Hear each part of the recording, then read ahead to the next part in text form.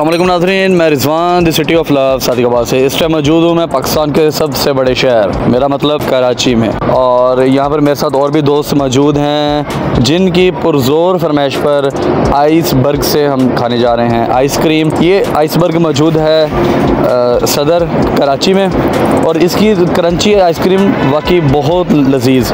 जिस तरह मेरी आदत है कि खाना जहाँ भी खाना अच्छा हो, इसी तरह टेस्टी और बहुत लजीज।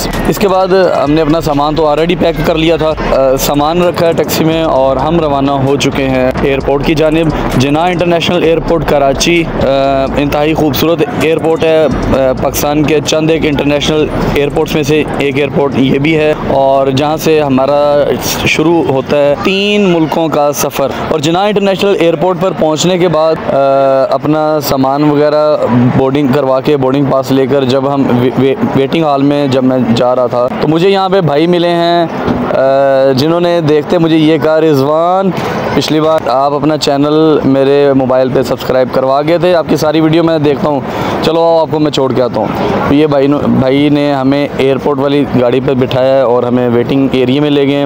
वेटिंग एरिया में पहुँचने के बाद सबसे पहला काम जो किया है वो किया है महंगी तरीन चाय के स्टॉल्स में से एक स्टॉल एयरपोर्ट का होता है और उस स्टॉल से चाय लेकर पी जो कि बहुत लजीज और मज़ेदार थी। उसके बाद थोड़ा सा विज़िट किया जिन्ना इंटरनेशनल एयरपोर्ट के वेटिंग हॉल का, जहाँ पर बाथरूम की सहूलत भी मौजूद थी, शॉप्स भी थी और खाने पीने की चीज़ें भी अवेलेबल थी।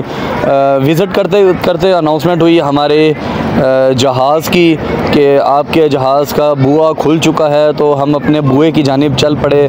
बुआ मतलब दरवाज़ा, जहाँ पर अपना बोर्डिंग पास दिखाकर हम जब इंटर हुए गैलरी में तो बहुत ही मज़ा आया अपना जहाज़ लगा देखकर। कतर एयरवेज़ चंद एक अच्छी एयरलाइनों में एक एयरलाइन, चंद एक कंफर्टेबल एयरलाइनों में एक एयरलाइन, चंद एक लग्जरी एयरलाइनों में एयरलाइन। अल्लाह हाफ़िज़।